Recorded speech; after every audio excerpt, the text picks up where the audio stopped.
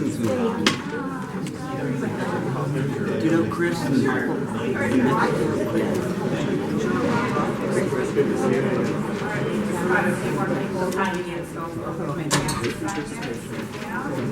If everybody wishes to speak, please fill out a speaker's card.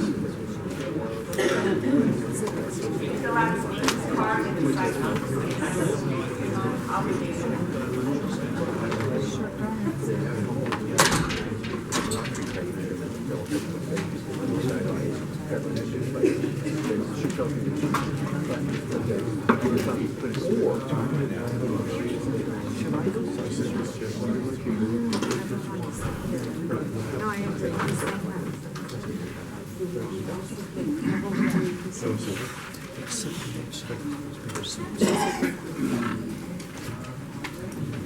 Everybody's so prompt. We really appreciate that. I'd like to welcome everybody. My name is Phyllis Nathanson, and I'm staff with the Planning Department. And we know everybody here has a very busy schedule, and we very much appreciate you taking time tonight to participate in this planning process. I'm here with other Planning Department staff to listen to your comments about a proposed update to regulations governing the development of single-family zone properties. We're holding several hearings like this. We've actually held them in different parts of the city to be able to gain insight from different points of view. And this is just the first step in our process. After we hear from you, we'll review the proposed regulations and we'll make any needed changes. You'll have plenty of opportunity to provide input. The evening will be divided into two parts. During the first part, Hub, Solomon Carey will present an overview of the proposed changes and then answer your questions. So everybody can be clear as to what's being proposed. Please resist the urge to tell us what you do and do not like about the proposal during this period. This is strictly for questions and answers. We'd like to keep that part short to leave more time to listen to your testimony afterwards. After the questions have been answered, we'll invite you to give us your feedback in a public hearing. Each person will have a time limit. And please fill out a card if you think you'd like to speak. Be very helpful if you silence your cell phones now. And we're ready to begin the presentation. And afterwards, we'll have a brief question and answer period.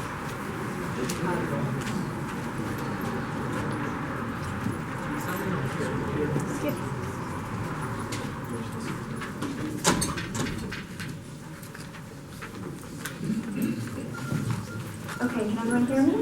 No. No? Okay. All right, well, again, thank you for being here. My name is Solomon Carey, the Planning Department, and I'm going to give you a brief overview of the single-family zoning regulations that we're all here to talk about.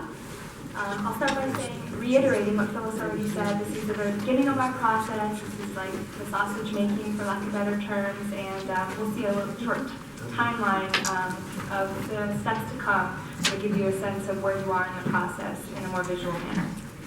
So before I kind of jump into it, I just wanted to give you a little roadmap. We're first going to talk a little bit about the history of single-family zoning in the city of LA, the proposed amendments in a kind of more broken down and easy to digest manner, and then a few questions that have come across my desk over the past few weeks that I think will lend themselves nicely into a live Q&A session.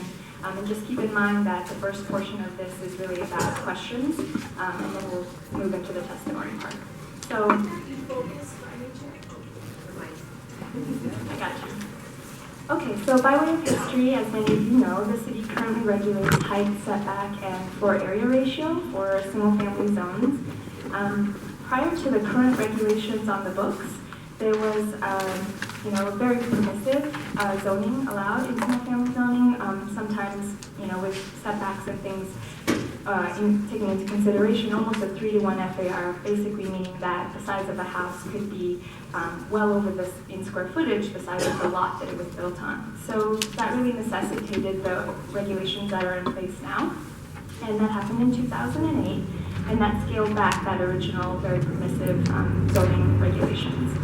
And what brings us here today is that in mid-2014, the City Council directed the planning staff, that's our shop here, to do a little bit more in terms of amending the current regulations. And I have here an image of that motion, and they're very explicit about what things they wanted to be amended. What you don't see here are other motions that have asked the planning staff explicitly about the hillside ordinance as well, to look at that, to come back with studies. In addition, there are several currently existing and several requests for other interim control ordinances, which are also a form of regulations on single-family zones for hillside neighborhoods. So in this proposed ordinance, we're addressing both. Okay, so the proposed amendments, there's a lot in the strike-through and underlined version that you may have received, and sometimes it can be challenging to read an ordinance out of the zoning code. Sometimes takes it out of context because we're only amending very specific portions. So I just wanted to pull out kind of what I think are the real meat and potatoes of the ordinance, and they're laid out here. So we'll start with the definitions of residential floor area. And for those of you that don't know, the zoning code often defines a term, and then that term, as it's defined, applies to the rest of the code in different scenarios. So in this scenario, for the definition of residential floor area, it applies both to the hillside and to the non-hillside neighborhoods. All right, so just as we're reading these, on the left side, the orange has the non-hillside regulations and what we're proposing to be changed in this iteration. And then on the right side in the green is the hillside zoning. So we're not proposing any changes to the actual definition of residential floor area. However, we are proposing some changes to what is exempt from that calculation. So today, currently, there are 6 exemptions. The first one, as you see there, is covered parking. Today, any garage, whether it be attached or detached, is exempt from the calculation of residential floor area. What we're proposing in the non-hillside zones is that up to 400 square feet that is currently exempt today continue to be exempt, but for detached garages that are in the rear and not attached garages. So that's where that difference is from today's versus what is being proposed here. Now, in the hillside zones, we're proposing that no change be made, that for up to 400 square feet of garage continue to be exempt, whether attached or detached, and that is in large part due to the topography and site conditions that are often very constricting about where we put garages in the hillside neighborhoods. So for number 2, the detached accessory buildings today are exempt, and we're proposing tomorrow they continue to be exempt. Moving on to 3, where we are proposing a change, up to 250 square feet of covered porches, patios, and breezeways are currently exempt today, and we're proposing that not be the case in this version. Number 4, open lattice roof porches, patios, and breezeways today are exempt. We're proposing tomorrow they continue to be exempt. And then number 5, over and height ceilings. The current exemption is up to 100 square feet of over and height ceilings above 14 feet are exempt today. We're proposing that no longer be the case. And then lastly, number 6, basements today are exempt, and proposing that tomorrow they continue to be exempt.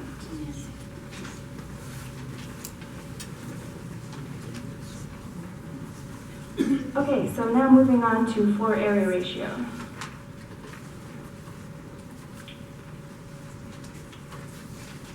So we're proposing that there be a decrease in the maximum residential floor area for R1 zones. I want to reiterate this because I've been getting a lot of emails of folks who may not know their zoning and are actually not in an R1 zone. The only currently proposed change to floor area ratio, which is essentially the base of how much you can build on your lot, is being proposed for only R1 zones. So with that, on the left side, for the non-hillside zones, lots that are less than 7,500 square feet are currently at a 0.5 FAR today, and we're proposing that under this ordinance amendment that it be at a 0.45, so a reduction of 0.05. And then for those lots that are equal to or greater than 7,500 square feet, that the 0.45 that's currently allowed is changed to a 0.4. So again, that 0.05 reduction. Now on the right side, for the hillside neighborhoods, the same 0.05 reduction still applies for the R1 zones only. It's just that there's a slope band analysis that's used to calculate FAR in the hillsides. And so that 0.5 that's currently allowed today, which is a starting place for the least steep portion of the slope or of the lot, will be from a 0.5 to a 0.45, and that 0.05 carries on down through the various slopes.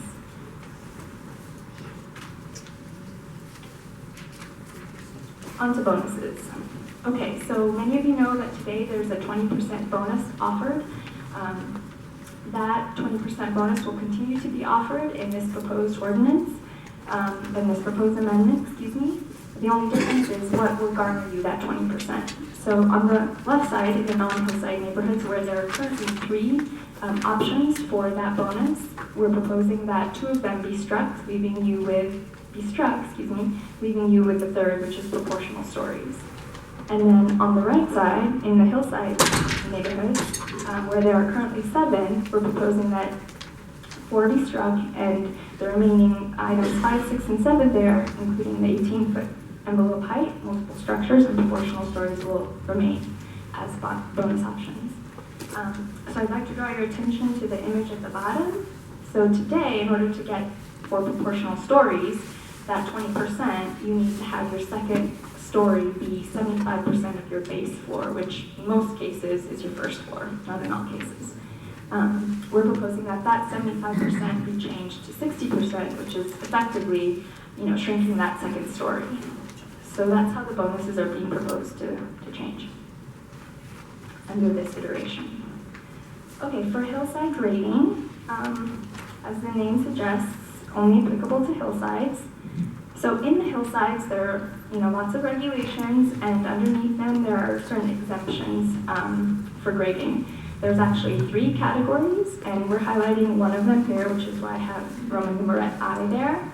Under this category of grading exemptions, where there are 4 exemptions, the first one, basically, we're proposing that we strike the underneath the footprint of the structure exemption. I know this has been another hotly debated issue, and so I just wanted to help give you some context. So in today's code, there's a maximum by right grading quantity based on your zone. So you can see all the zones there and what the maximum by right is. The current exemption that allows you to not count what's underneath the footprint of your house, that's what we're proposing we strike, which will eventually basically revert you back to this table. So this is the world under which we will live with regards to grading if we do strike that exemption. That exemption was, essentially allowing more than the allowable by right maximum to be exempt. And then there are several technical amendments that don't substantively change what property owners can do. And I just want to reiterate that these are for clarification purposes or for simplification purposes only, but I wanted to highlight a few of them if in fact you are reading through the actual, strike through and underline of the code. You'll see some more than what I've just covered, and I wanted to let you know that there are more technical and clarifications for those purposes. The main one being that the definition of base floor has been tweaked slightly. Maximum envelope height and how that's calculated has been modified slightly. And then in hillside areas, when you have a house over a certain size, the additional required parking spaces and whether those be covered or not has been clarified. In addition, for those other zones that aren't R1, that are RS, RT, and RA, we have not made any changes whatsoever to the allowable floor area ratios I previously stated, but what we have done is simplify that language for ease of interpretation and application. Okay, so that's kind of the long and short of the regulations. And here are a few questions that have come across my desk. I hope they're relevant to you, and I'll just quickly go through them so we can start the real live Q&A. So the first one I've been hearing, there's a bit of a delay on this. Okay, first question I've been hearing a lot of is, when the amendments are adopted, What rules will the ICO neighborhoods be subject to? And the ICO, again, is an interim control ordinance, basically another set of regulations for a shorter period of time, up to 2 years, no more than 2 years, that are have been adopted in certain parts of the city. And the answer to that is written here. Essentially, there are currently 2 phases of ICOs. The first one in the non-hillside, well, that's not true. The first one, including hillside and non-hillside, there are up to 14 of those specific geographies that have new regulations. And so for those, they will continue to be in effect until March 2017 or until new zones are applied, whichever one comes first. And then there's a smaller subset, currently 3 ICOs, that will sunset once the amendments are adopted. The next question is, why are open or lattice roofed porches, patios, and breezeways exempt from the calculated residential floor area? And the answer to that is pretty simple. They have always never been counted towards floor area historically, and would require kind of a policy change that wasn't part of our directive. Now, a lot of people sometimes wonder how that 20% bonus for proportional stories is calculated. I'm not sure because sometimes it's better to see these things drawn out, but essentially the 20% is garnered when the residential floor area value of each non-base floor story, which is typically the first story, does not exceed 60% of the residential floor area of the base floor. So if you have questions on that, please we welcome them during the Q&A. And then lastly, what is the timeline for submitting comments? Or second to last, I should say. And so, our process is that we do these staff level hearings to vet out the issues once we put out a draft, which, is what we're discussing here today. And we do that so we can get the community's feedback and we can make modifications, and, it's an iterative process. So make modifications in the next iteration and kind of, collate all the comments we've heard and put them in the staff report, which we will then give to the, first step in the legislative kind of train in order to get this back before the city council. So we do have to set a cutoff time for that, but that doesn't mean comments can't come in after that. That cutoff date is January 11th, so please submit all your comments. Obviously, everything you say here during the public comment period will be factored in, and we'll all be taking notes. But once January 11th comes and goes, then you'll be submitting your comments to the City Planning Commission because it'll go directly to them. And then we're tentatively scheduled for March 10th to appear before the City Planning Commission. And again, I just want to really reiterate that that is the very first step in the legislative process, and I try to kind of give you step by step what's happening. I know this isn't maybe that legible, but all you really need to know is that we're at the very beginning, which is the staff level public hearing. Then we go to City Planning Commission, which is tentatively scheduled for March 10th. Nothing will change based on whatever happens at that hearing. That's not the only person that can make legislation happen, obviously, is the City Council. So that's the first stop. Then we go to a committee of the full council, and then we have to circle back for the second reading of both of those. And that's my Q&A. So I guess now I'll do some facilitating and we can take questions. So I'll go here and then here. Go ahead.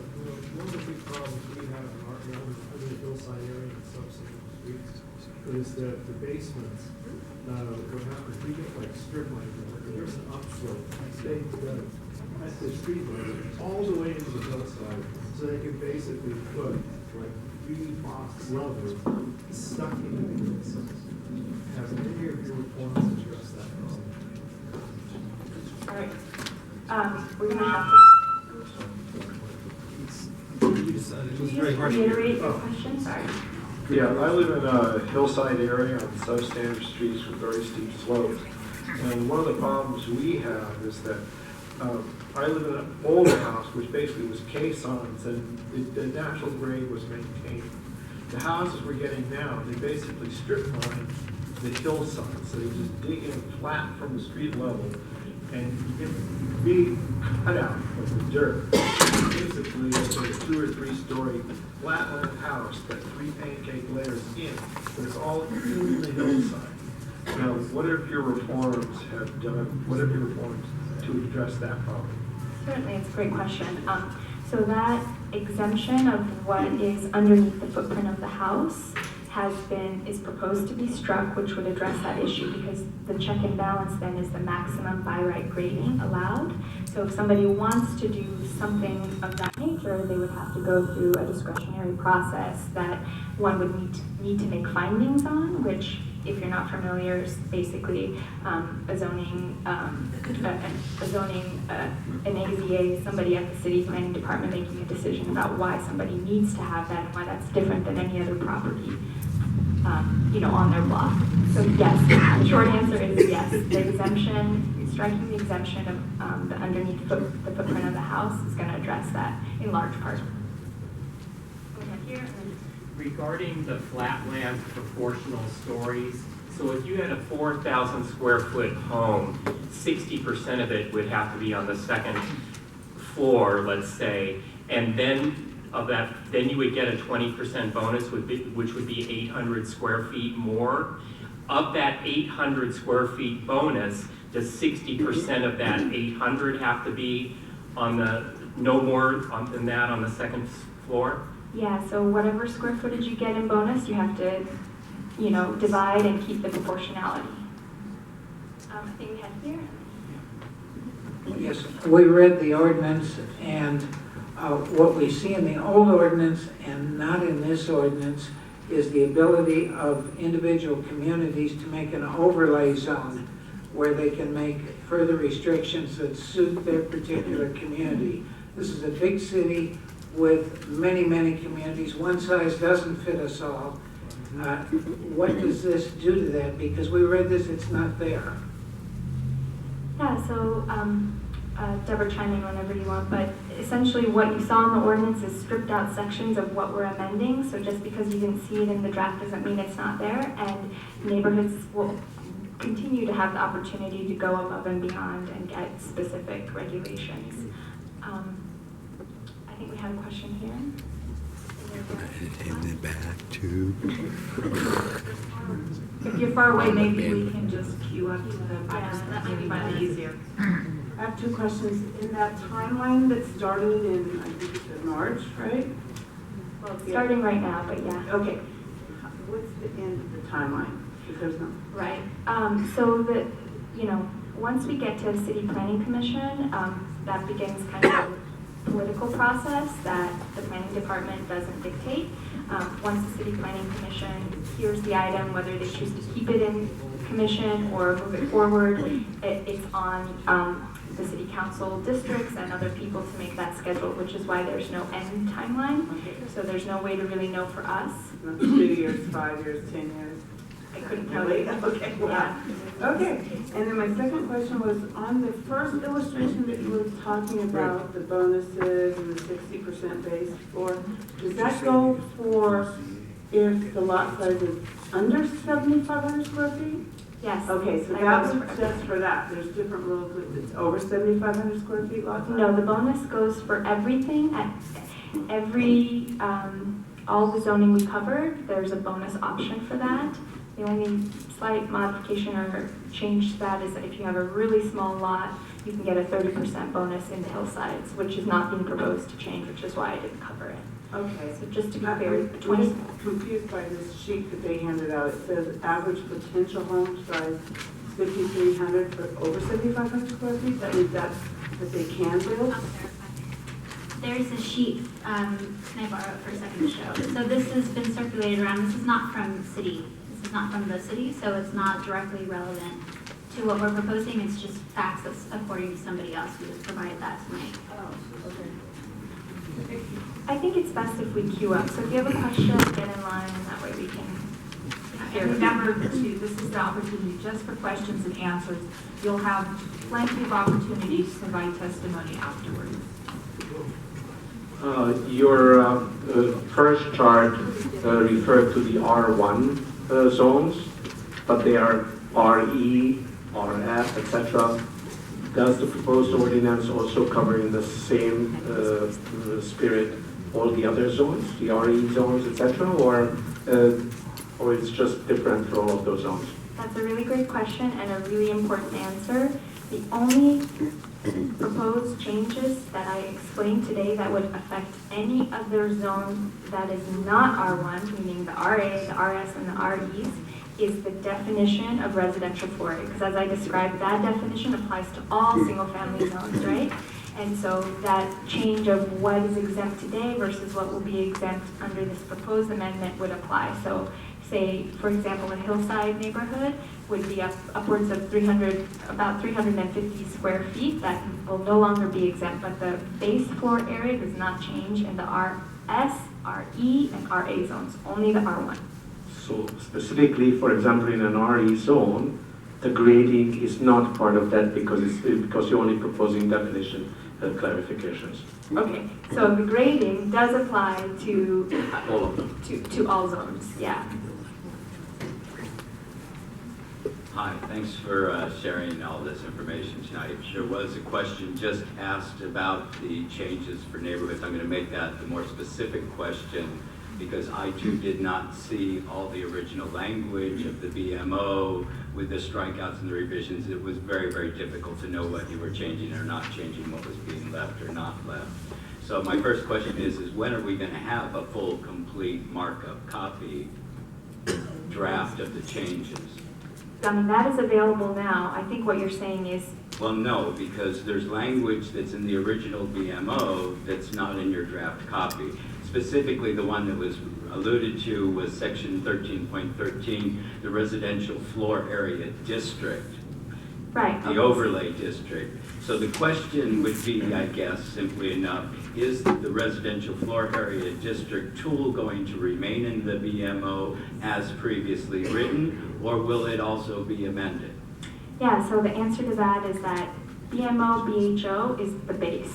Any RFA district that's been previously approved usurps that and it sits on top. So anyone who's in I'm a not talking current- about previous, we're talking about future. Yeah, go ahead. Future. Sure, so, and In other words, are we still going to have that tool available to be used? And is the language in the BMO for that tool going to be changed at all? if it's not mentioned in the ordinance that has the strike-throughs that we've distributed out, it's not being changed. So, Thank you. So what is listed in the draft ordinance is a very technical, legal format that we follow. That's why we produce other materials to explain what it is we're doing. So we only list items that we will be modifying, either through strike-through or underline, meaning we're adding something, strike-through meaning we're deleting something. So the last question is, so if there are things that haven't been addressed, we can address those later during the public comment period. In other words, if we feel some things should be changed absolutely. that aren't on your draft, that's for the public comment later, Absolutely. we'll do that. Great, thank you so much. Thank you for explaining it so well, but I have two questions. One, on one of your screens it said RFA relating to the 400 square feet and the changes relating to the garages. But the RFA is what all of us in the neighborhood council system think of as the residential floor area districts. So that was very confusing. Also, since you're proposing that this is going to go, the comment period is over on January 11th, that certainly doesn't give the neighborhood councils the normal 60 days. And believe me, I want this done fast. But we won't have any time in our neighborhood council to be able to make any comments directly from them because we don't have a meeting this month. And most other neighborhood councils don't either. Yeah, so, we're definitely following the 60-day requirement and the technical bulletins that have, been passed for the neighborhood councils. One of our first steps is to email out all 95, and when we do have another draft, they'll get their 2-week lead time. But, feel free to send those. They still do get considered. It's just a cutoff date so that the staff report can get written, and I'll let Deborah add to that. Yeah, so the 60-day was respected in this process. I understand that many neighborhood councils may have canceled a meeting this month. If that's the case, we can still take a letter from committee, we can still take a letter from individuals. When your council does reconvene, at that point, a letter will still be accepted. It would just be addressed to the city planning commission rather than to the staff, if it's after January 11th. Not a very good way to do it in our opinion. But what about the RFA slide? Yeah, so Thank you, Deborah.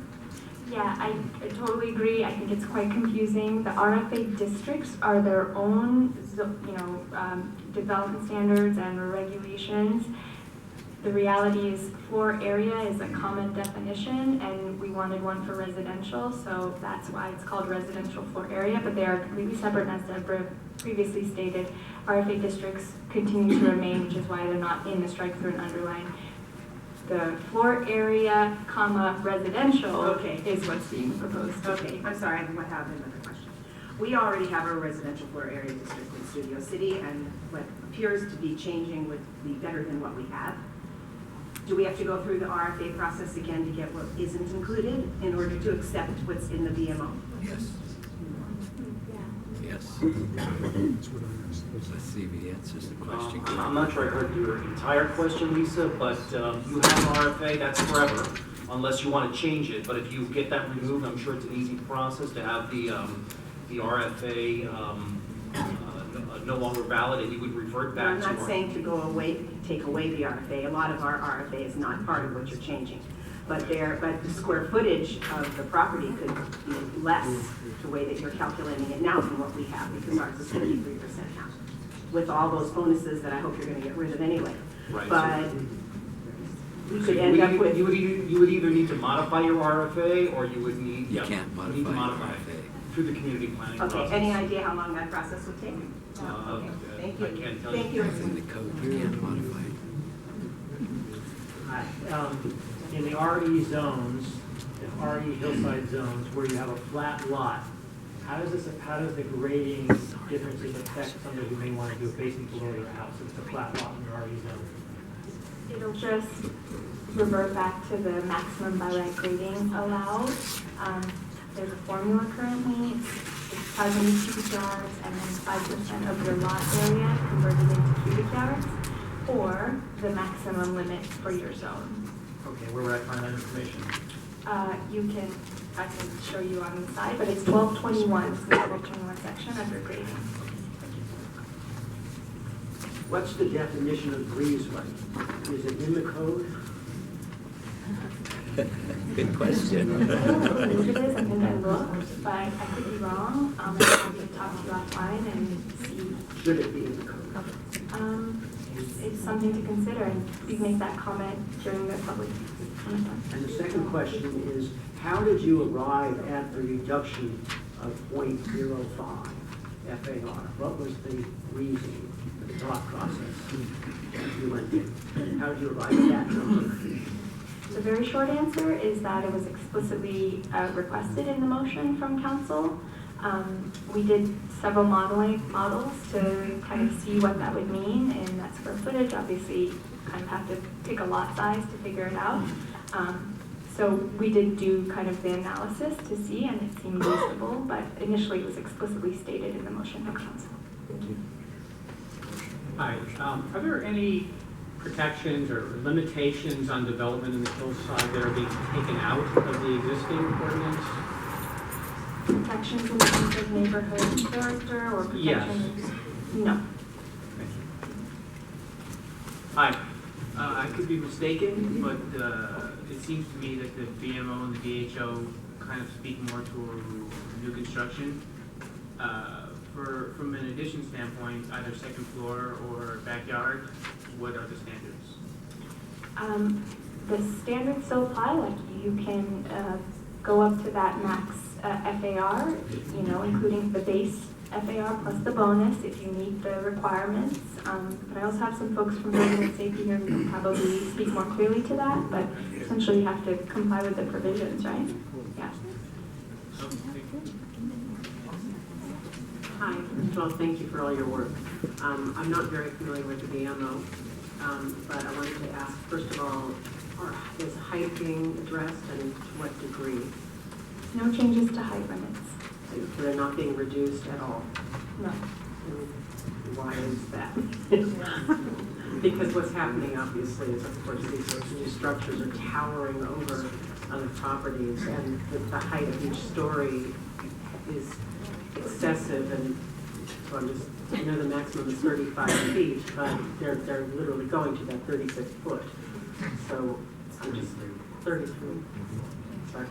Yeah, so, it is what it is today. I mean, it It's can't be proposed- scaled back along with it to be the same reduction, for floor area space, the same kind of reduction applying to height. The answer to your question is it could, so make your comment during the public comment period. It's not something that's explicitly requested, and that hasn't necessarily come up as an issue, the actual height. I mean, the fact that people are going to the height limit now is, not come up explicitly as the issue, but I encourage you to make that comment. Okay, and then the other question I had was with regard to the 20% bonus. Why is there a 20% bonus being offered at all? Yeah, exactly. I'm not sure I can answer that. I mean, I there's- understand that you're trying to appease and, encourage this, but I just find it very Okay, so frustrating. please. Because that's a massive amount. Okay, we're getting into the area of testimony. You'll have an opportunity. No, sure, I was just asking, because I don't understand all the details of it. The original reason for the bonuses was to incentivize certain features of these homes that the city would like to see. Right, like our green. like green, like our architectural articulation, the tiered stories. So there were a few things that when we had originally proposed this, we had thought were going to work well, and we're reconsidering that during this process. And thank you. Thank you for having this hearing. The real problem with mansionization is that it results in houses being built that are all out of proportion to the houses around them. Did you ever consider an FAR based on what's already there, an average or a median or something like that? Yeah, so many of you may know about a process that's going on in our same shop, actually, at the planning department called Recode LA, where we're taking a much more fine-grained and nuanced contextual approach to zoning in single-family zones, in single-family neighborhoods. I think the 1946 code that we have today has been very much a one-size-fits-all blanket, and obviously coming up to speed with kind of more modern zoning regulations is the impetus behind this massive undertaking, which is Recode LA. And in that, under that frame, we are kind of, I think, doing a little bit more of what you're saying, which is looking at context more and making decisions about, varied zoning for various parts of the city, because we know they're very different. But that won't be part of this proposed ordinance, right? No, this is amending what's currently on the ground, which is very much in line with the 1946 approach. So it would be fair to say that the .45 was used because it was in the council's resolution. I think it was the starting point, and that's what we're vetting here in order to get feedback and make any modifications that, are in line with our professional opinion and in line with the community's feedback. Thank you very much. Hi, I have yet another question about the 20% bonus. So I don't quite understand it. If you're proposing that a house under, a lot under 7,500 square feet have a 40% maximum FAR, but you can get a 20% bonus, does that mean that the total square footage of the house can be 60% of the lot? No, because it's a percent of a percent. So the whole 7,500 square feet split is basically under 7,500 square feet, you get a 0.45. Equal to or above 7,500, you get a base FAR of 0.4 under the proposal. And then you could do 20% of whatever that calculation is if you meet that requirement that garners you that bonus. So it's a percent of the percent.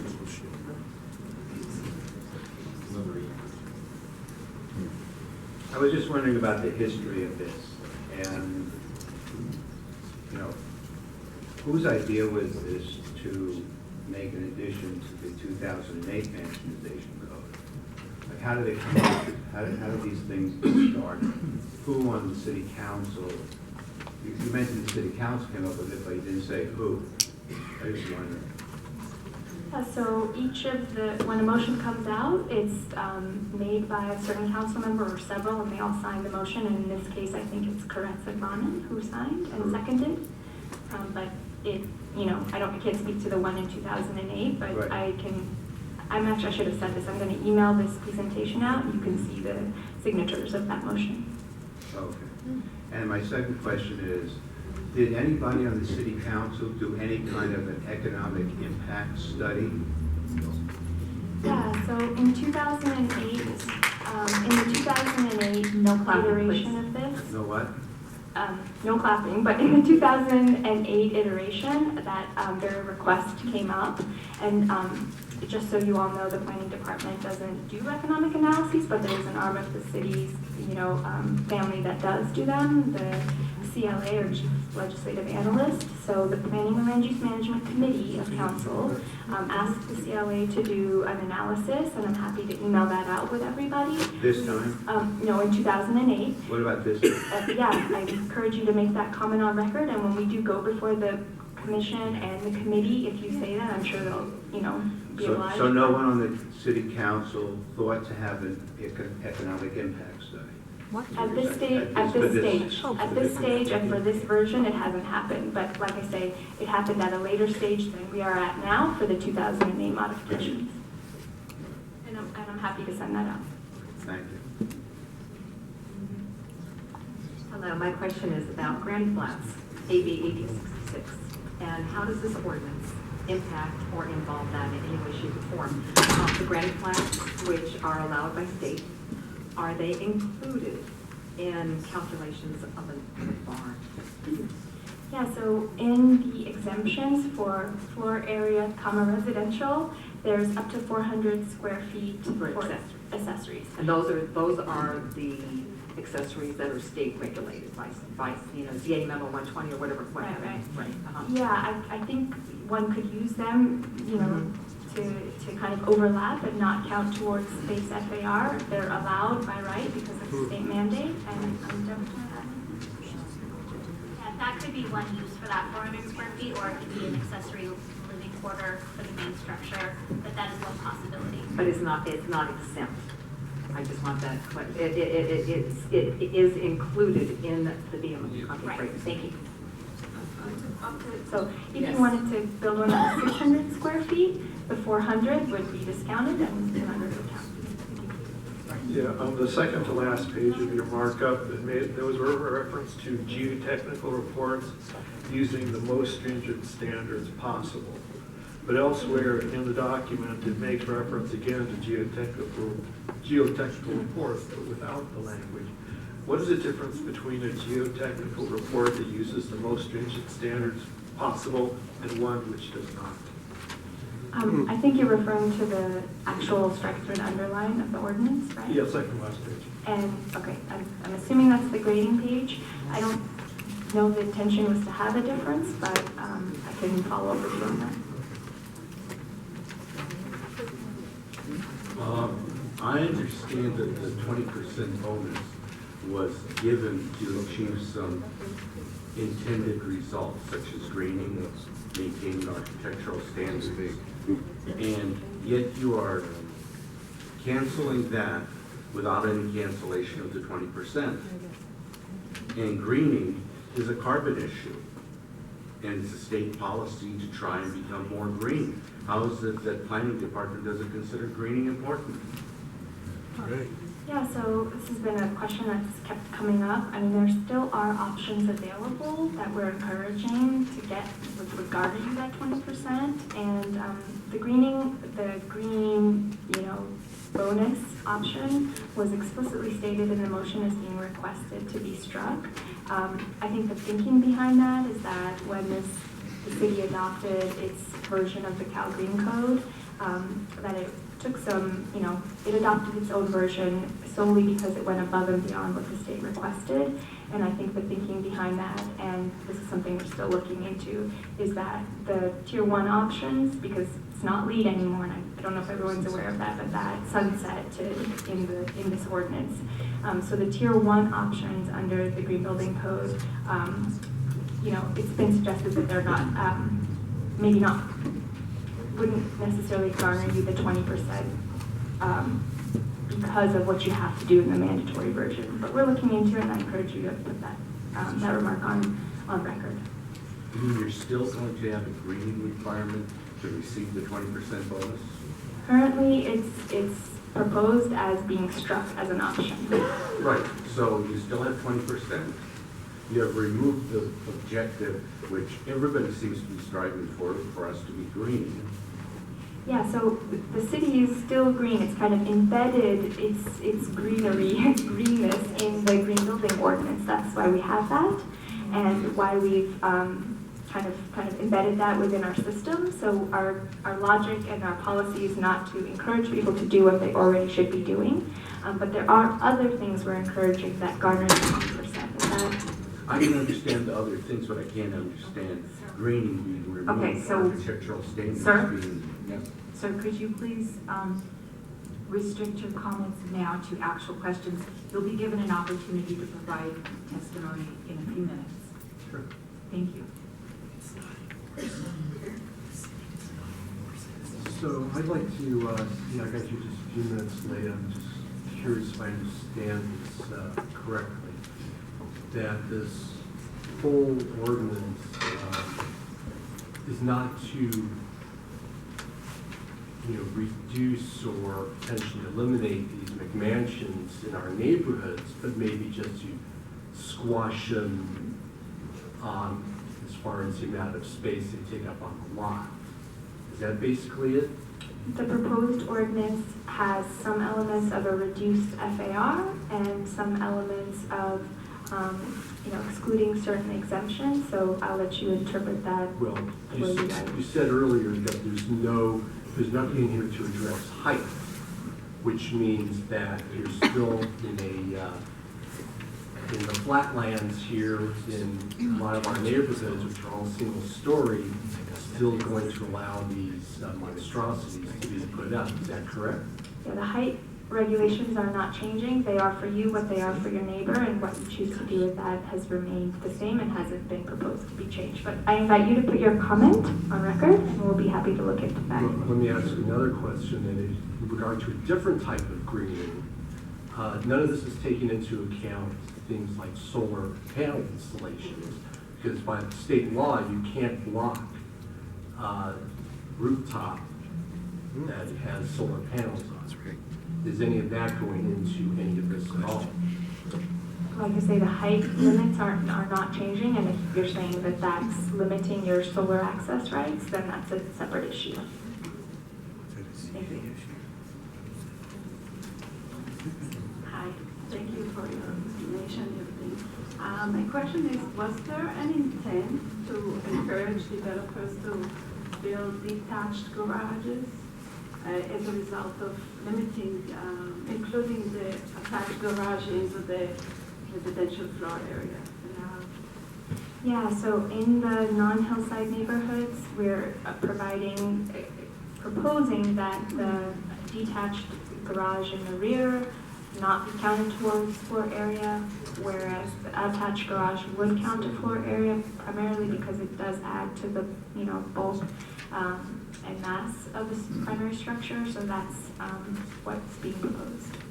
Okay, so that will have an impact too on neighbors and building on the property line. It's not so friendly to, the neighborhoods to have a structure right on the property line. And if it encourages that, it's not a positive in my opinion. Yes, I think it's encouraging the opposite. If you don't have to count it in your FAR, the logic is that someone would prefer to count that FAR in their livable area and put the garage in the rear, which, does have the externality or external impact of giving more setback. I think that's answering your question. Yeah, and that will happen probably. So the other question I have is, what happens with attached carport? Yeah, good question. Those don't, what happens like in terms of whether it's counted or not counted? I don't believe carports count towards parking requirements. Or no, for residential floor area. Do they count? Depends whether they cover them. We require 2 covered parking spaces per house. So if your carport It's attached. is attached to your house. Counted towards the residential floor area. Yes, a good Yeah, I'll question. have to check. I think it will though, yes. Yes. If it's covered, it counts. It's covered. It's a roof, it counts. Okay, thank you for all your questions. Before we proceed into the public hearing, we just have, oh, there was one more question? I'm sorry. Quick question, you're not distinguishing between the grading under the building and foundation grading? Foundation versus what is required if you want to do a basement or parking building stuff? Yeah, so there's existing exemptions for remedial grading, but for foundations, which is separate, currently that's not being addressed. But that's something we've heard, and invite you to put that comment on record because we're going to be looking at that. Thank you. Okay, so before we proceed into the public hearing, did we have one clarification by one of our experts from the Department of Building and Safety addressing one of the questions that was raised? Hi, my name is Hernan Arilla from the Department of Building Safety Case Management Section. One of the things- My name is Hernan Arilla from the Department of Building and Safety Case Management Section. One question regarding the granny flats. I think the question was asked whether it's exempt. A granny flat actually is a second dwelling unit under AB 1866. It's considered a main structure and is not exempt as a detached accessory structure. Right. So it will count towards the allowable RFA in the law.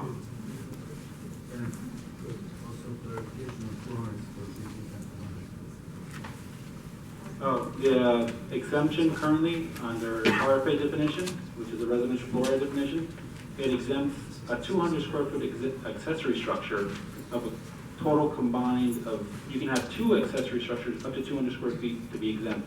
If you have 1 accessory structure which exceeds 200 square feet, it's no longer exempt.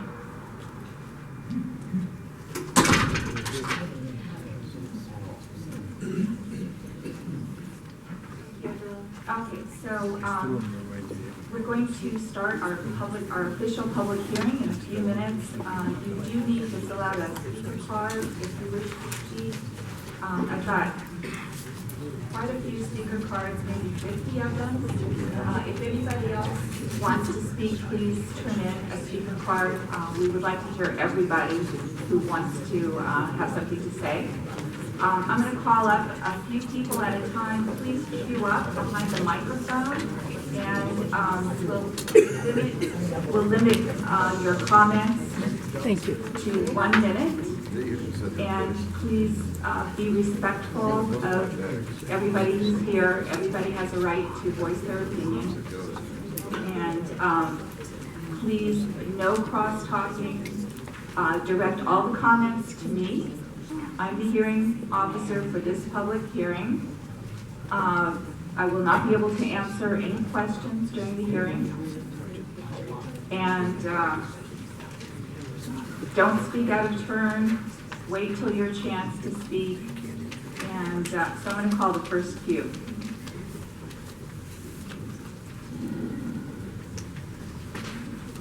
Okay, so please line up. Vivian Arterberry, Lisa Sarkin, Barry Johnson, George Abramson,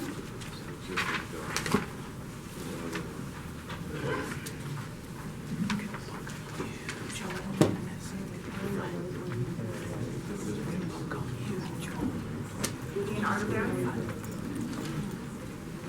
Vivian Arterberry here.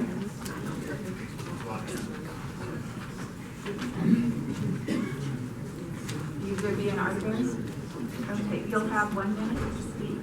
And one other thing, if somebody makes a comment that you also wish to make, you don't have to reiterate the entire comment. You can just say, I agree with that comment. Just try to keep things moving a little bit.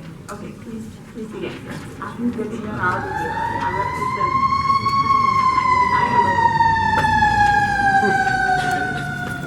member of the board of the Bel Air, Skycrest Homeowners Association.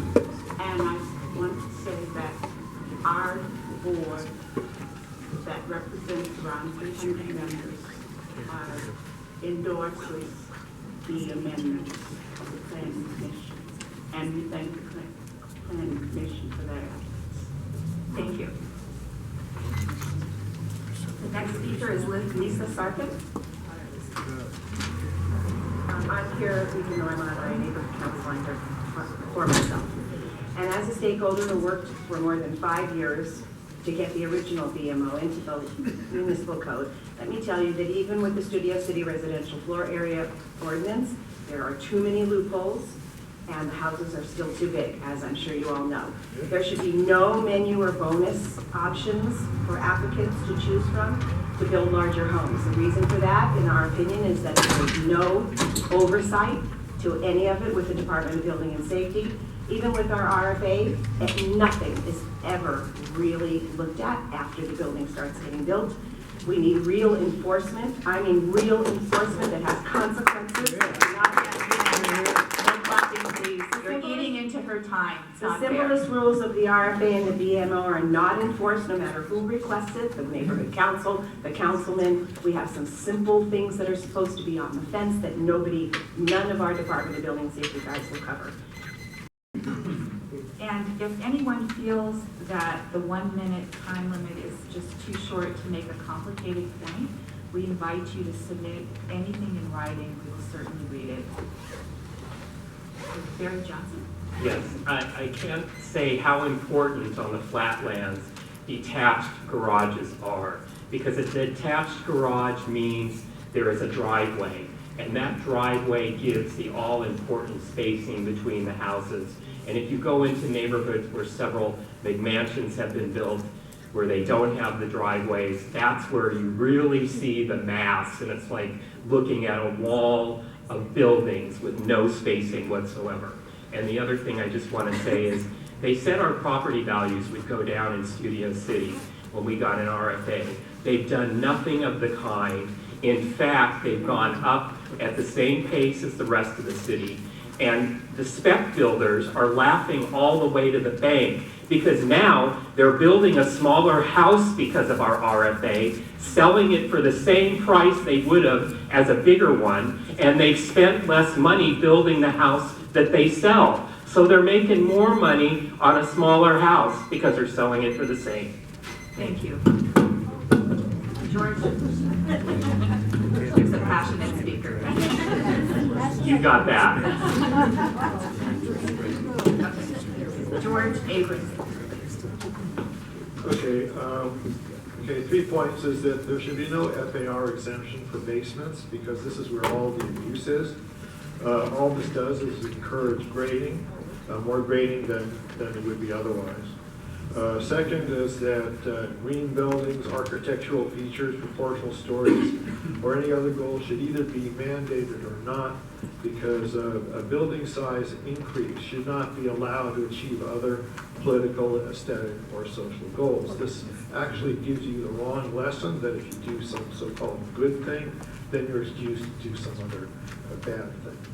And so then also third is that the ordinance should include protection for views. There should be a view protection height limit. Thank you very much. So I'd like to call up Ron Rothstein, Evan Rothstein, Skip Haynes, Ken Unger, and Valerie Washburn.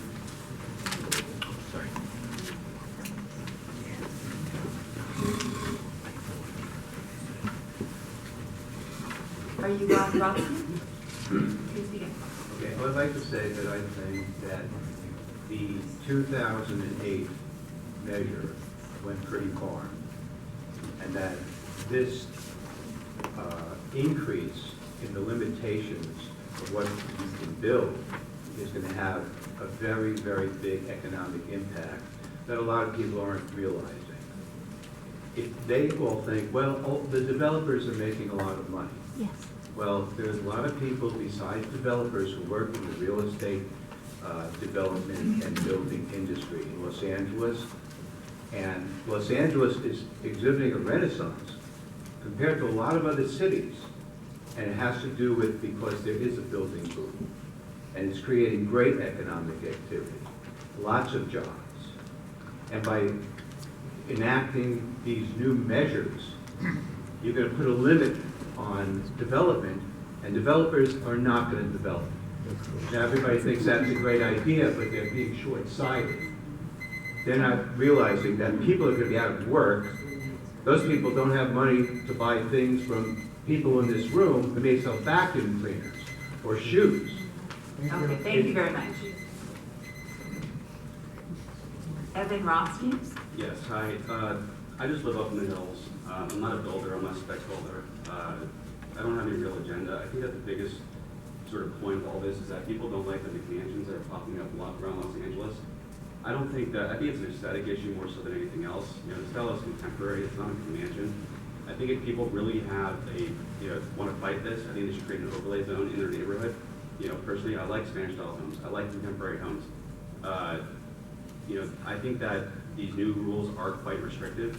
I think that, you know, already living in the hills, it's like the amount that you can build on that is sometimes, you know, very restricted because you have a lot of unused space that goes on underneath the home, and it's not considered, you know, there's just a lot of unused space that's there that, you know, it just looks empty. So, in short, I think it's restrictive.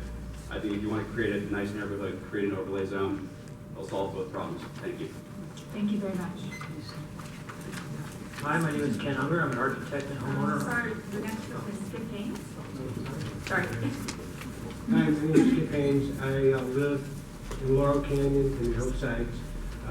I have a 1/2 mile stretch of a street called Grandview Drive where 7 mansions are being proposed to be built. There is absolutely no enforcement of any kind of code. There are nobody up there. Code enforcement literally told me you had no rights, literally. So I would just like to see very strong code enforcement, and I still don't understand what the bonus is about. Why is somebody getting a bonus? It sounds like a giveaway to developers, period. So that's all I have to say. Thank you very much. Ken Unger. Yeah, hi, I'm an architect and homeowner in Los Angeles, and I just wanted to ask the committee or the Planning Commission to consider the economic impact on the construction jobs, people in the industry, not just developers, but architects, painters, everybody else, the laborers that work on the job sites. I think that the construction and the development will be significantly decreased with this new code, and the tax bases are going to go down, and I think that the economic feasibility of these issues need to be considered. Thank you very much. Valerie Washburn. Hi, I'm a homeowner in Sherman Oaks Flats. I would urge the City Planning Department and the City Council to consider this in light of Los Angeles's affordable housing crisis. What's going on in my neighborhood, at least, is developers are swooping in and buying the homes that would have been starter homes for previous generations, tearing them down and building something large. Normally, in affordable housing issues, developers are the good guys when they're building multifamily or making neighborhoods denser, but that's not what's happening here. We're making it harder for new people to enter the housing market. As far as the bonus goes, what I've heard a lot in my neighborhood is people are bothered by the size of the houses, but they're also bothered by 2 other things. One is the taking down premature greenery that often happens when these houses are built. The other is the fact that the architectural style is very cheap, very generic, and completely out of step with the neighborhood. And Los Angeles has a tragic record on historic preservation. If you're going to award a bonus, perhaps a bonus should be given for preserving greenery or conformance to the architectural standards that are already there. Thank you very much. No clapping. Okay, so Michael Heretzian. Brilliant. Ronald Meyer. Bill Moser. Barbara Dorman. Louise Warren. Sorry if I'm mispronouncing your name.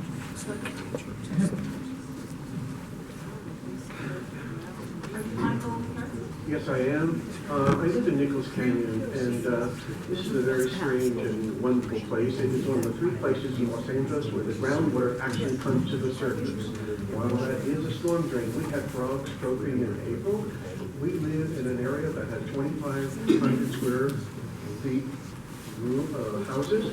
Next door, it's an empty lot. A developer is building a construction of 7,800 square feet with a basement, with a screening room and living quarters and a 3-car garage and 2 levels above that. I went through the BHO. It's perfectly okay. He did everything. They did their research. It is permitted by right.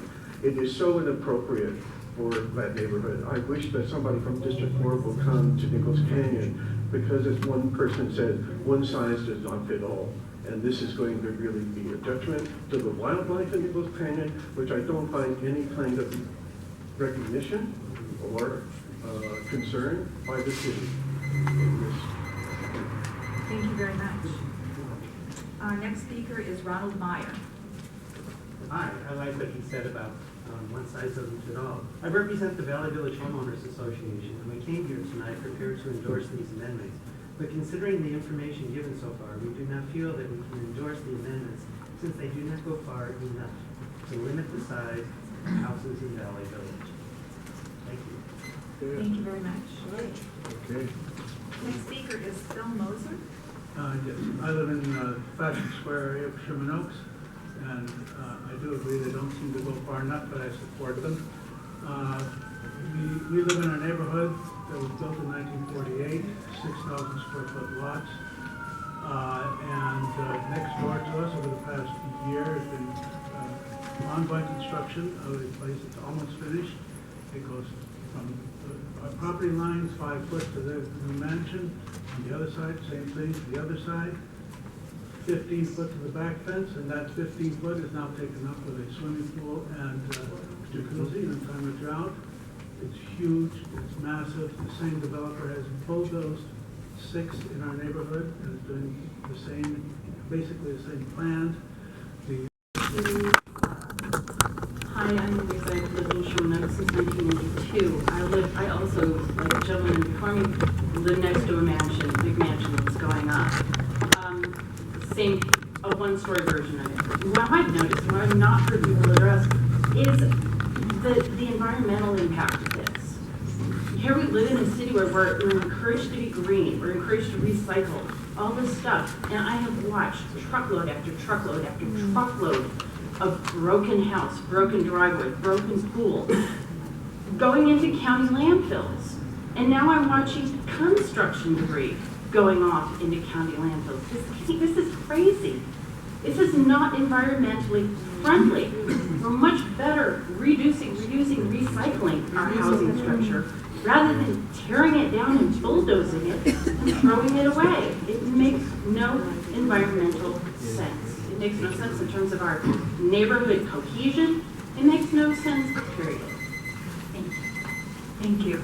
I'd like to call the following John Eisen, William Kuzman, Jean Flo, Ray Schmidt, and David Cox, please. John Eisen. Yes. I'm on the board of directors of the Sherman Oaks Homeowners Association. We will be submitting written comments to you in more detail. Generally, we support the proposal with some friendly amendments. I think we have to keep in mind the main objectives.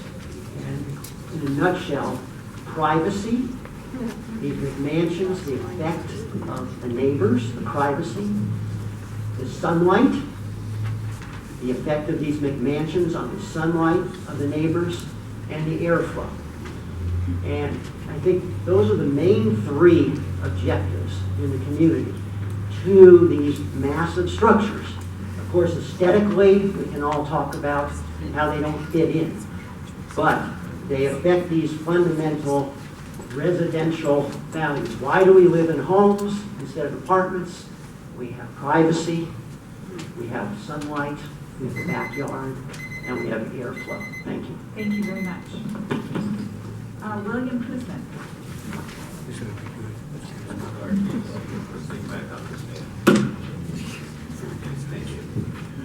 Hi everyone, I'm William Kuzman. First of all, I just want to wish everybody happy holidays, and I hope they're having a joyful, good time. We're here for goodwill purposes, which is really great. The first thing I brought up earlier was my question about the RFA districts. I do believe there has to be a change in that language because it says that an application can be done with 75% of the signatures of the homeowners or lessees. I'm a realtor for 32 years. I don't know of a lessee that has an active right in real estate to be able to sign an application to change something having to do with the land that they have no ownership interest in. So I think that word has to come out of there for sure. And then there's the loophole that allows the city council or the city planning commission or the director of city planning to circumvent the 75% signature requirement, which means 20 people can ask for it and we can get an RFA district, like what happened to us in Old Granada Hills, and we never even got notification or workshops, which is the third point, that it needs a process. Detached garages are not included by the tax assessor, or a garage space is not included by the tax assessor. If you remove that exemption, you're going to throw off how those properties appear in total square footage when that garage is included in the square footage as taxable living space. It's going to be a problem. Thank you. Good day, I'm Gene Cloud, I'm an architect and I'm a member of the Home Design Review Board. I'm here to speak personally tonight. What I want to speak about is the square footage calculations and the opportunity for exceptions, particularly the basement. We see many projects that come forward on the hillside where it's possible to actually double the legal size of the basement, of the house, by building a basement, which does not count at all in the square footage of the house. This is tragic because it does count on the hillside. It creates another floor, which is very much a significant part of the building as it's seen from the community. So that I find that tragic and very distressing, and I really feel it's important to begin to count the square footage, both for the aesthetics as well as the assessor. The assessor doesn't get taxes for that basement either. Thank you. Thank you very much. Ray Schmidt. Hi, Roy Schmidt. I'm a homeowner in Sherman. 3 points. One, I do need further protection against regulations for all reasons you've heard 1,000 times. 2, the exclusion of square footage in the calculation of per payroll. We're excluding things that contribute to the mass from the building. Particularly the unlimited exclusion for porches, patios, and breezeways, as long as they have an open roof. That doesn't make any sense to me. Third, the planning department has the power to make some adjustments, slight modifications, and to permit encroachments on side yards, front yards, and backyards. 10% is a big number. That's as much difference as there is between the old ordinance and the new ordinance. That should be taken out, and there should be notice in the hearing. Thank you. Thank you so much. And David Cox.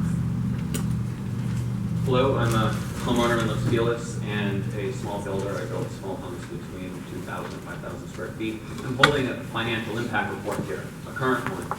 This is using national USGS data. This is using an algorithm built by Underbuilt. It is within 95% accuracy, and I'm giving you some really staggering numbers. For this to be enforced, it will remove over 64 million buildable square feet from lots that are less than 7,500 square feet. At current market rate of $509 per square foot across Los Angeles, that is $32 billion being removed from our economy. $32 billion. That's $409 million in taxes, and that's from plots of land that are 7,500 square feet or less. For plots of land that are over 7,500 square feet, it's 39 million square feet being removed. 19 billion more dollars. But what you guys really need to take into account is that for people with plots of land that are over 7,500 square feet, their impact is half of what people with 7,500 square feet or less have to endure. There's going to be a threshold on building for plots of land between 1,000 and 5,000 square feet where people won't be able to build at all when this passes. So it's going to impact the people that have less instead of the people who have more. Thank you very much.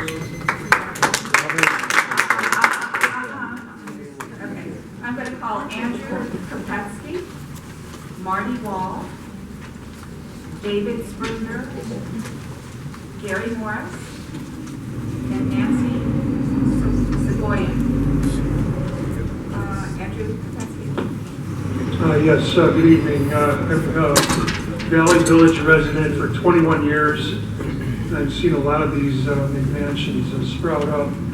My feeling is that this ordinance, as presented to us, misses the entire point completely. And by that, it does not address the issue of height at all. So what the lady said earlier about these structures towering over the surrounding houses seems to be what the large issue is, and what the main problem, in my opinion, is. There is also very little, if any, oversight over the construction process. And when they talk green, I don't know how more cars and bathrooms can equate to incentivizing green types of construction. Thank you. Thank you very much. Marty Wall. Good evening, Marty Wall. I'm generally in favor of the direction that this modification is going, but loopholes in the form of exceptions, exemptions, and bonuses are probably what rendered the original BMO ineffective in many cases. So I would simply suggest that if you're going to allow for easeways and so on, put a limit on it. And secondly, eliminate the proportional floor bonuses. Finally, the economic benefits Mr. Boston and others referred to are temporary, that's during construction. If there's going to be any economic analysis, you have to consider the long-term impact on infrastructure loading, including the use of water, which all the rest of us aren't supposed to be able to use enough of now. We just had about 10 trees we had to cut down, including several mature redwoods, because we can't water them enough. Invite more people, the water doesn't go up proportionally. Thank you. Thank you. David Springer.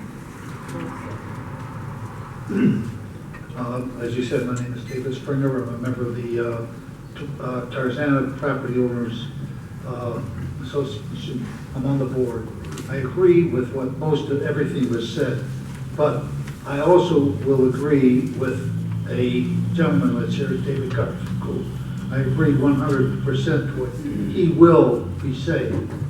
I wish we had called him first. Thank you. Thank you so much. Gary Morris? Nope. Gary Morris? Hi. Nancy Segoyan. Hi, I'm Nancy Segoyan. I'm a 38-year Valley homeowner, voter, taxpayer, and the author of the petition to protect Sherman Oaks. So I stand here representing about 1,100 people who have signed this petition against mansionization. And in this process, I discovered our community has very deep roots. People live in their homes 20, 30, 40, 50 years and more. And the vast majority of these homeowners vehemently object to developer overbuilding for profit. So let's be clear, the problem is not homeowners wanting to increase the size of their homes to accommodate their families. The problem of mansionization is developer greed. Maximize square footage to maximize profits. I have an article here which quotes LA appraisers, real estate appraisers. They say that homeowners adjacent to McMansions lose $50,000 to $100,000 of their property value if they live next to a McMansion. And I'm requesting that homes be built to a reasonable FAR of 0.50 with no bonus. There's plenty to be made by developers, builders, and so on. That's just BS to say they're not making enough money. Okay, thank you. I just want to say one last thing. The rest of us didn't get to, you don't either. Existing homeowners' rights. It's not fair. Should be considered here. Thank you so much. If you have something specific that you want to make, if it's a complicated point, I know, but please I submit just was a something. sentence away from being done. So I'm going to call more of the speakers: Dietrich Nelson, David Garfinkel, Carol Locatel, Alan Bassett, Hillary Steinberg.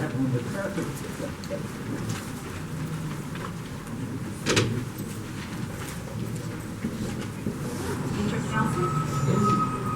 I'm Dietrich Nelson from Nichols Canyon. I think the one thing that you're not taking into consideration is Nichols Canyon is one of the rare places in LA. It has over 300 acres of wildlife corridor with wildlife on either side of the east and west side. We have a stream that runs through it. We have wildlife, everything that cougars. We're glad about that. Wildlife passage must be considered in determining the proposed grading and retaining walls for proposed R1 environment. They must not impede the mobility through the wildlife corridor. The draft amendment fails to provide language stating that the Multnomah Scenic Parkway specific plan or any other specific plan supersedes other codes and changes must be made. Thank you very much. I'll mail the rest of it. Thank you so much. David Garfinkel. I'm David Garfinkel, President of the Tarzana Property Owners Association, Chair of the Tarzana Neighborhood Council Land Use Committee, and member of Nuys Mansions in Los Angeles. We applaud the Planning Department and the proposed ordinance with a couple of suggested modifications. Eliminate the proportional story bonus, eliminate the uncovered lattice, the lattice-covered porches and breezeways, and eliminate the 10% discretionary bonus. Any changes to those should be heard by a zoning administrator with notification to the public. In summary, kudos to the planning department, the ordinance to eliminate the blight of severely oversized houses, implement the suggestions we and lots of others have made, treat the self-serving and unfounding objections of the development community with the disdain they deserve, and work to expedite the required revisions to the BMO and BHO. Thank you very much. Carol Luckatow? Correct. My husband and I have been homeowners in Shown Oaks for over 40 years. For most of that time, the neighborhood consisted of lovely single-family homes. Because of the alluvial nature of the soil, greenery thrived, and because of that, privacy, the air, the wildlife, all created an atmosphere of the neighborhood affording us a wonderful way of life. But like life, things changed. People started remodeling, making their homes a bit bigger and renewing the look of older homes. Wonderful. We did a bit of that ourselves.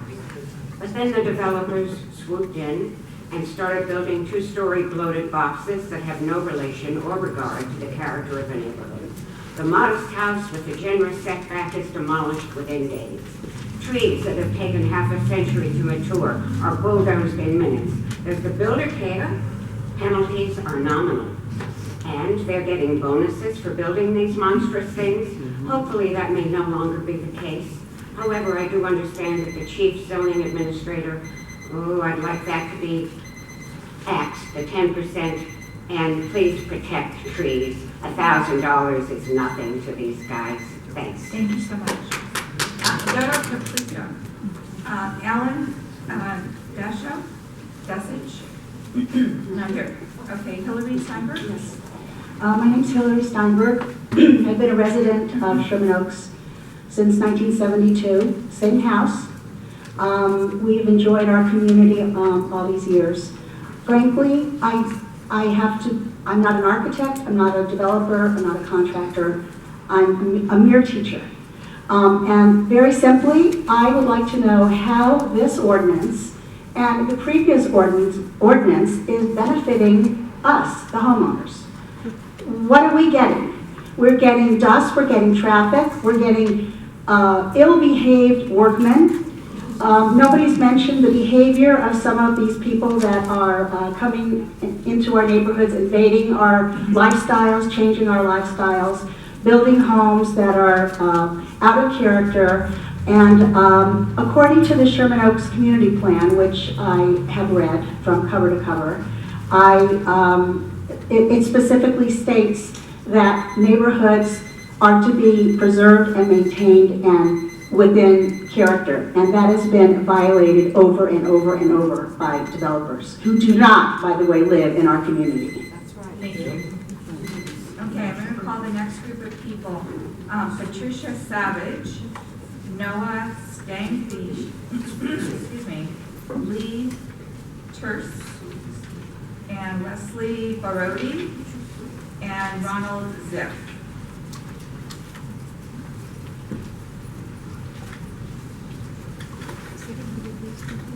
Patricia Savage. Hello, thank you so much for holding this meeting for everybody to voice their opinion. I'm a resident of Sherman Oaks. I've been a resident since 1997. And well, my neighborhood is really positive and not affected as much yet by these McMansions. It's only a matter of time, the way the current the current laws are going, the way I see it build up in surrounding neighborhoods. And as a long-time homeowner, I personally could not, I depend on my property value maintaining a certain level. If a McMansion were suddenly to appear next door to me, it would decimate my property. And I cannot afford to sell my house at a loss because no one would want to buy a house that of that proportion.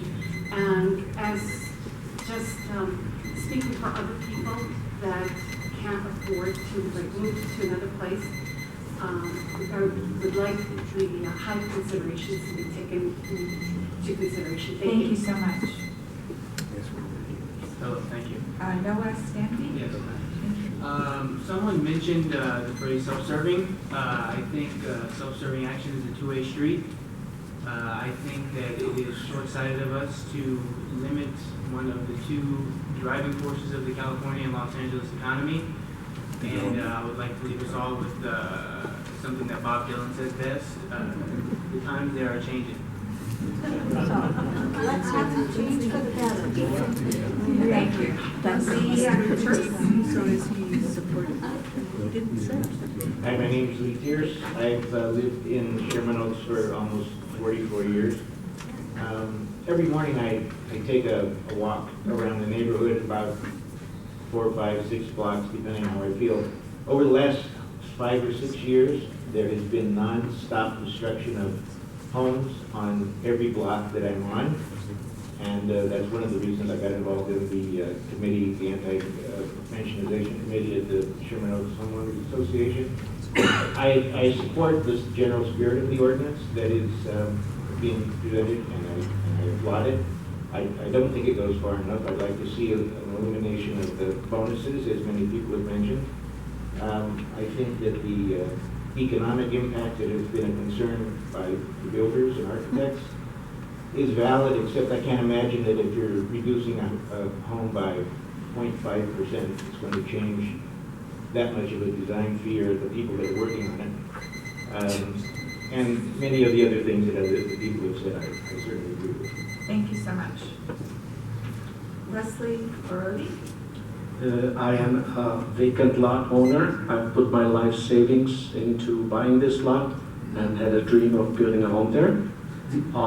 There must be a balance between current and existing homeowners' desire for everything to remain as it is and somebody's inherent right to build in a residentially zoned area a house that's comparable to the rest of the homes. The current restrictions might actually prevent these lot owners to fulfill their life dream. And I'm also pointing out the economic impact for these lot owners. They suddenly become the have-nots, and those that have homes there are the ones that have. There has to be a balance. There has to be a balance. Ronald Ziff. Thank you. I am the Vice President of Sherman Oaks Neighborhood Council and Chair of its Planning and Land Use Committee. The council favors the ordinance and the changes in the ordinance. Speaking as an individual, I would like to tell you that one of the most common complaints I get as land use chair is the way a house looks. Architecture is much like words. Some are poetry and beautiful, and some are vulgar and hate speech. Both are allowed under the First Amendment. This regulation doesn't speak to this. It creates a freedom of architecture. Some homes will be lovely, and some will be ugly and offensive. But the fact is, we will all have to look at them for the rest of our lives. Thank you. Okay, I'm going to call the next group of people. No applause. Be very strict about that. Okay. Stephen Foster, Richard Plotkin, Carol Sidlow, Tracy Considine, and Mark Zecca.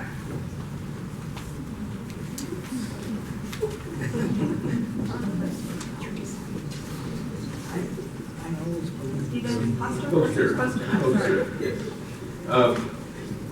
I'm a member of the Lookout Mountain Alliance, and I'm a delegate to the Hillside Federation, and member and a resident of Laurel Canyon. We want to say that we're very pleased with the guaranteed minimum residential floor area changes. By removing the 1,000 square feet clause, it really prevents small lot subdevelopment. Right now, I have a 75-foot lot next to me that they're building 3 houses on. And I've made peace with it because I've had to. And it's changing. I live in my dream house, and and it's 1,400 square feet. So I'm very happy with that. We don't need the kind of development and the kind of density that we have. I want to also say that Councilman Rue was not able to be here tonight. Let me just say from him that he supports he communicated with us. He supports these changes fully. Thank you. Thank you very much. Richard Plotkin. I'm Dick Plotkin. I'm on the board of the Beverly Wilshire Homes Association, and I'm also active in a citywide group called No More McMansions in Los Angeles. And I invite anyone here who would like to learn about us to be in touch when the meeting's over. The Beverly Grove area has had over 75 McMansions. We now have the toughest residential floor area district in the city, and we have a robust real estate economy. There are houses with multiple offers. New houses are being built at about 3,000 square feet. Many of the existing homeowners are making major improvements like landscaping, pools, and so forth. And it's clear to us that these claims that the restrictions and or elimination of mansionization, which has happened in our neighborhood, spreads economic doom, is absolutely fallacious. In fact, the only people who we've seen who have had any economic doom are the people who live next to a McMansion. And as other people have said, their property values have declined by $50,000 to $100,000 square dollars. Thank you. Thank you. Carol Sidlow. It took away my argument. Hi, my name is Carol Sidlow. I'm with the Lookout Mountain Alliance. I also serve on the executive committee of the Hillside Federation. We represent 44 resident and homeowner associations with approximately 200,000 constituents spanning the Santa Monica Mountains. And currently I am proud to be a member of the Zoning Advisory Committee to Recode LA, the revision of the 1946 zoning code. I want to thank the Planning Department and the Code Studies Unit specifically for these common sense amendments to the BHO enacted in 2011. When the BHO was signed with overwhelming support by the Hillside residents in Los Angeles, the great hope was that finally the hillsides would dictate what is good and appropriate development and not the other way around. We listened to the arguments made against the BHO then, most of them the same as we've heard tonight. In fact, just the opposite has happened, and that's why in 2014, in October, the Planning Department, working with council offices, came up with the Neighborhood Character Ordinance. That's what we're talking about.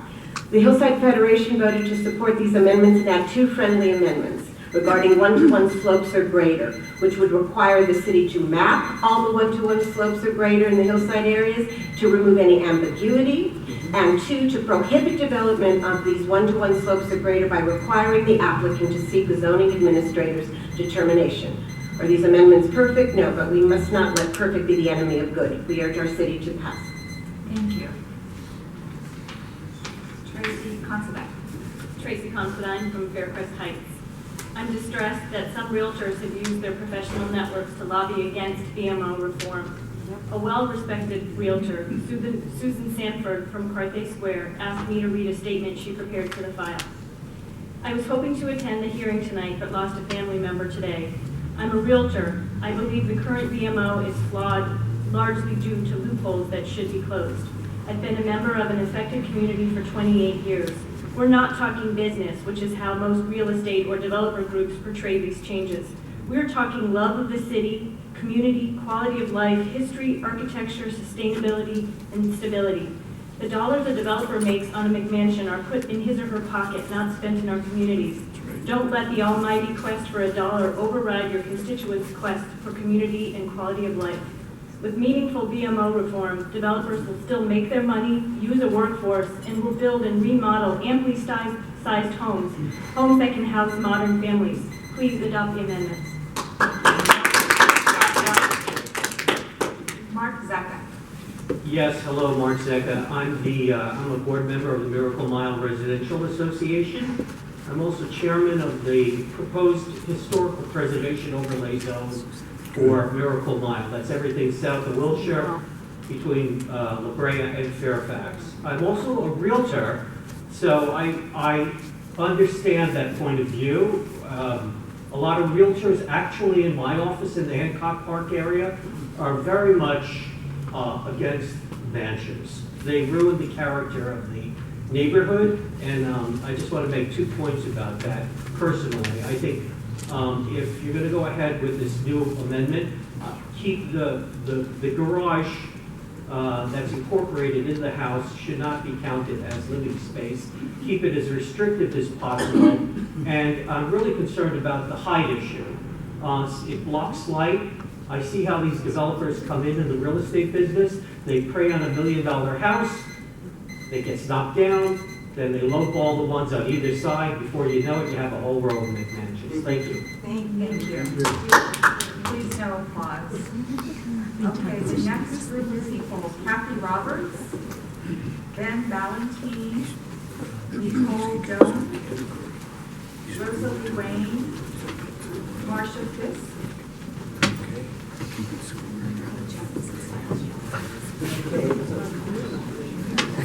Kathy Roberts. Yes. Hi, I'm Kathy Roberts from La Brea Hancock, Council District 4. I'm a member of the board of my homeowners association and a founding member of the Greater Wilshire Neighborhood Council Sustainability Committee.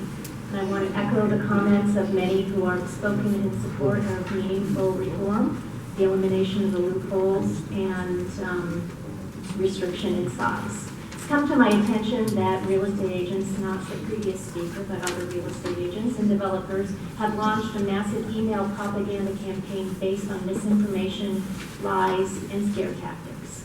I have a copy of an email that I will put into the record. It's a lie to tell uninformed homeowners that after March 1st, any plans for builds or additions that have not already been submitted to the city will not be approved for undisclosed amount of time. It's also a lie to say to homeowners that they will not be able to add on to their homes if these amendments pass. And it's absolutely ridiculous to say that a developer will not build a new house if they have to make it 3,000 square feet instead of 4,200. Property values will not go down, and that's been proven. Thank you. Thank you. Ben Valentine. I've got a few questions. The first one is, if we're trying to protect views, why are we punishing basements? The second one was addressed earlier, is green building. That exemption, I think, should be allowed to stand. We should be encouraging green building, punishing it. And then, if the hillside concerns hauling, limits should be placed on the employee next door rather than on-site balance cut and fill.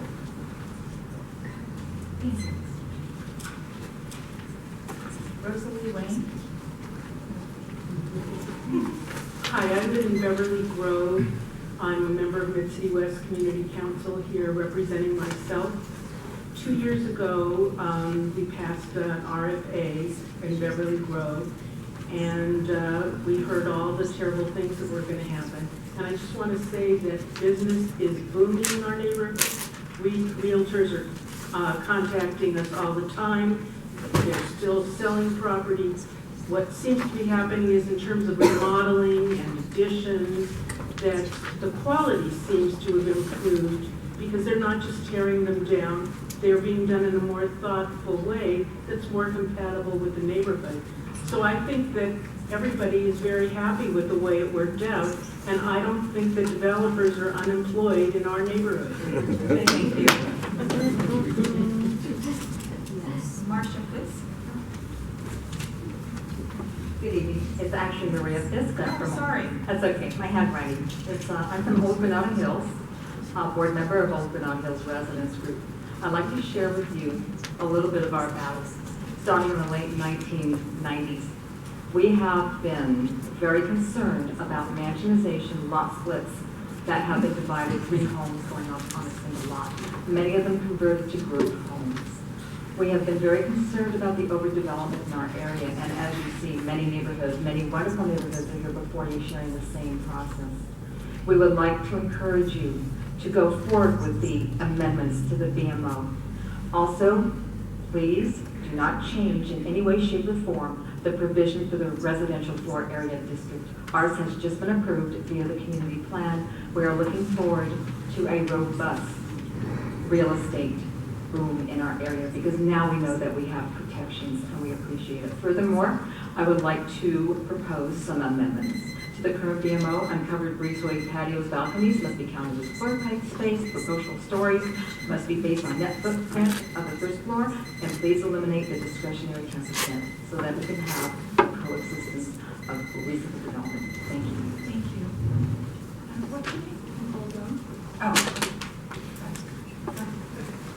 My name is Nicole Doan. I work for an architectural firm, and I think while the updates and amendments to the BHO and the BMO, which are very different from each other, do make very important points. However, it is important to note that they should be distinguished from each other because they are not synonymous with each other. In addition to that, amendments to the BHO should be reconsidered in terms of grading because as people have previously mentioned, there are not necessarily adverse effects to grading and including a basement, for example.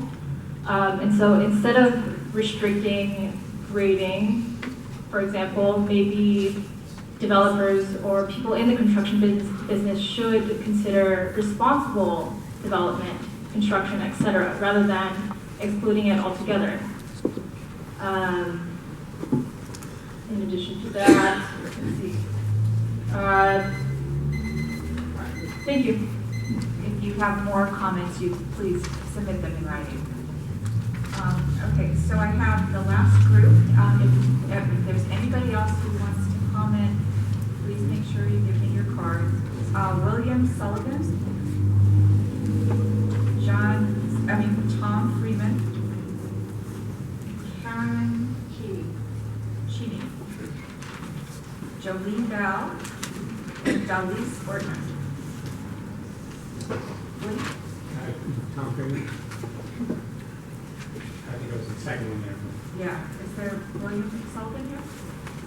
Okay, Okay, Tom Freeman, live in Mandeville Canyon, member of the Brentwood Residents Coalition. We approve the changes that are in there. We do think they should go further, that there are still too many loopholes. In particular, I remember when the Hillside Ordinance was being proposed, the 10%, the purpose of that was supposedly that there would be no need for variances, that the city wouldn't be granting any variances because there's this discretionary leeway here and that would end it. And it hasn't happened. That's a promise that hasn't happened. It's just basically become an add-on. It should be eliminated along with the direct others. your comments to me. Oh, sorry. That's all right. Karen Cheney. Karen Cheney? Sorry. Hi, I'm Karen Arancini. I am a Realtor. I agree with the majority of Realtors who spoke tonight. I am for this ordinance. I want it to be stronger. I want the loopholes to be closed. I want the 20% to be gotten rid of. I want the height to be controlled so that there is no longer towering over other houses. I am a native Angelino. I love many neighborhoods in this city. I've lived all over the place. I see this happening everywhere. I see beautiful mid-century homes being torn down because they are one story and they're on large lots on Chandler. I've seen it all over. I'm tired of seeing houses being torn down and monstrosities being put up in their place that can tower over everything else. They have to be included into the feel of Los Angeles. It's just, we have to respect our city. The city cannot continue to be taken down to the dirt just to build cookie cutter houses that don't fit in. Thank you. Thank you. Jolene Bell. Hi, I'm Sherman Oaks homeowner, and I'd like to say the existing homeowner's right to maintain the character of their neighborhood and to protect their investment, quality of life, can and should prevail over city's tax revenue need in developers' greed. With that said, I'd like the 20% bonuses eliminated, height restrictions lowered. Green is already mandatory, so why should we give bonuses for green? They're also destroying the greenery, wildlife, privacy, sunshine of our homes, and they're making it hard to see big mansions for people who want starter homes, to buy starter homes because they're in the millions. So all the starter families aren't going to be able to move into these homes. And I wanted to say you can also, as far as the economic impact, you can still build a nice home on the lot you have purchased. Your dreams won't be lost. You can build a nice home on a lot. And if things are changing for the better, if things are changing, let's change them for the better. Thank you. Elise Ortner. Hi, I'm Dalia Ortner. And I have a company named BMO Design. I've been designing houses in the last 30 years. And I say there should be an opportunity to increase the RFA with condition to be subject to architectural review board. That will encourage nicer buildings built around, not massive. Attached carport, they don't have the same mass as attached garages. And they should get the opportunity to get some discount and counting towards RFA. I think the development in the next couple of years until this ordinance gets into effect is going to increase tremendously with developers building, maximizing their investment and the square footage, and we have to address that. And the last item is that, just as an example, you can submit something in writing. Thank you very much for your comments. Okay, unless somebody else who hasn't had a chance to speak needs to speak, I'm going to close the public hearing. And I want to let you know that this proposed ordinance is referenced as case number CPC 2015-3484-CA. If you wish to submit additional comments, please email Paul Solomon Carey by January 11th. And as Padre mentioned, the ordinance is tentatively scheduled to go to the City County Commission on March 10th, 2016. Those of you who have provided your email on today's sign-in sheet will be added to our interest list and will be notified of next steps for the project. And you can still add your name to the list if you wish to. Please print legibly so you receive your information. And that concludes our public hearing tonight. Thank you so much for coming.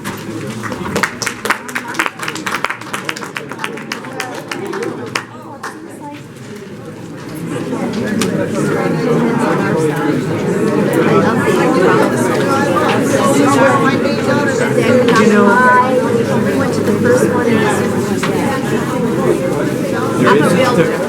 So am I.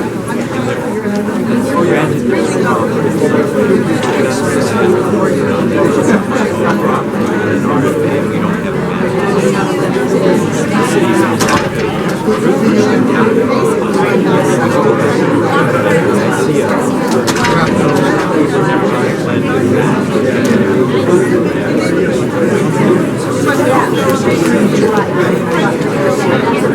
nice seeing you. Work, are you ready? What happens when you want Well, actually, there's a guy because the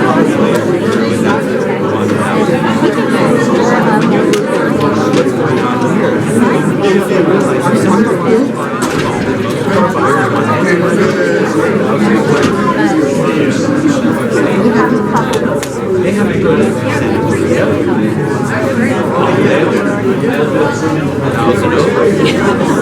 they have to go to a place where it can cost them over an hour. They're in engineering. Another town, next phase of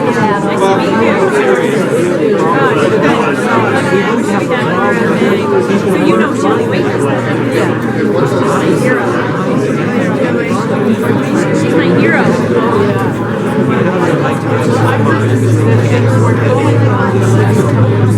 There's no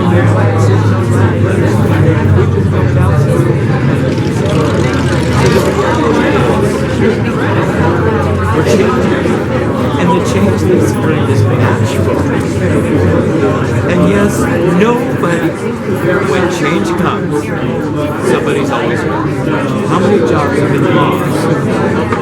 Because how many bank teller jobs have been lost because of automated tellers?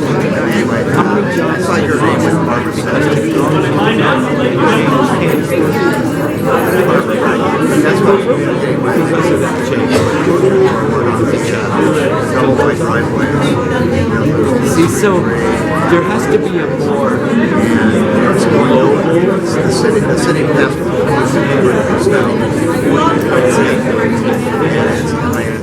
But they were there where they removed the exemption of now these tax reports are going to show 3,000 square foot house. That's outside the name.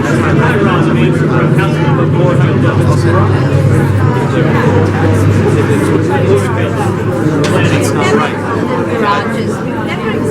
I know, but this